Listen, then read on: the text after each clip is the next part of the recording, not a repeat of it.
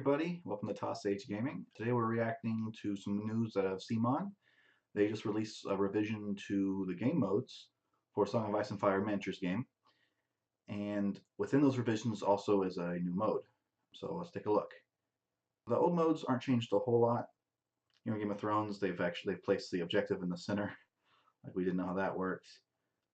Not too much other changes there. A lot of the other modes actually have the scoring broken off from the special rules, which is a nice touch, helps you figure out what's going on. But I'm sure there are some line changes, but when I was perusing these, I didn't see anything big. So we're actually going to jump right into the new mode, A Dance with Dragons. So I'm actually just going to just go over it real quick, and then we'll talk about what we think. Deployment, long range on each side, so we'll be starting close to the opponent. Put an objective in the center, and one within 6 inches of each side. Cool. Alright, special rules. A unit ending a move with any part of its tray on an objective token claims it, and then places that token on the unit's tray to show that it controls the token.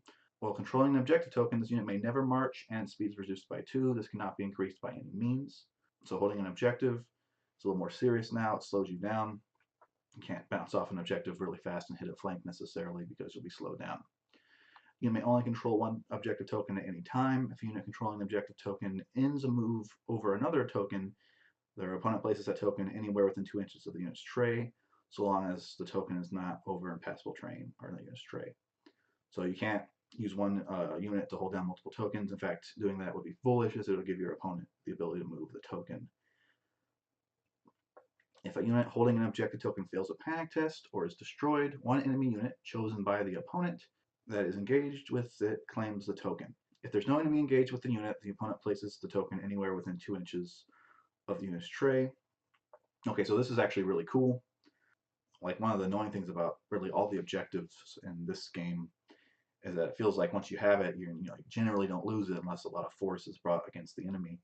Now, if the enemy fails a panic test, they lose the token, which means it's way easier to get enemies off of objectives. Really, I like to see this rule come to all the other modes that have objective tokens, but this is a good start. All right, so let's move on to special scoring. So at the beginning of round 2, you get 1 victory point for each objective token that you control at the end of the round. So in this sense, it's kind of like Clash of Kings. And then objective tokens controlled by your army's commander score an additional victory point.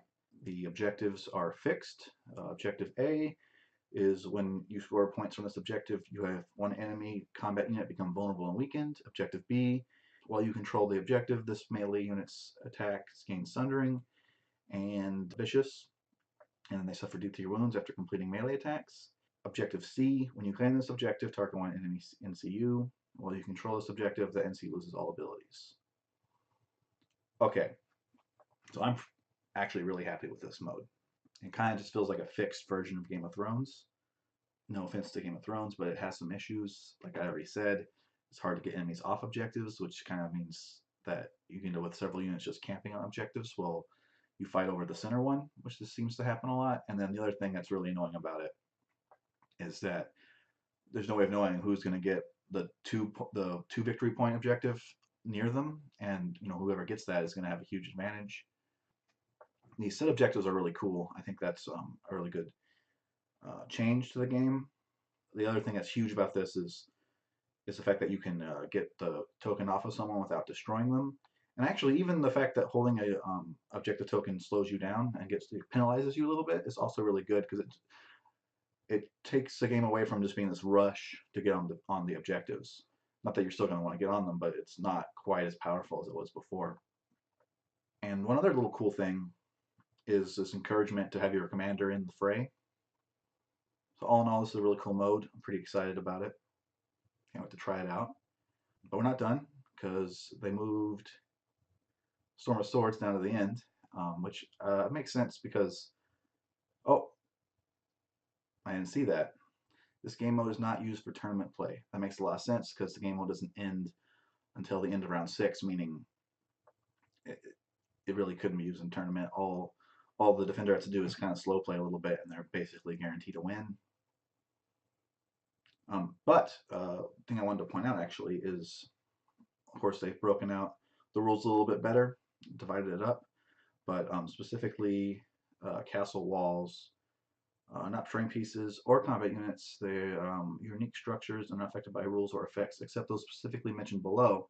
This may have been answered somewhere else, but I've actually argued a lot about whether or not castle walls could be healed with the wealth icon from the tactics board, and that's pretty clearly states that they cannot. So, well, that's good to know. And so that's the new game mode information from CMON. Let me know in the comments what you guys think about Dance with Dragons, if you're as excited about it as I am. And for more Song of Ice and Fire content, go ahead and subscribe to this channel. Thanks a lot for watching.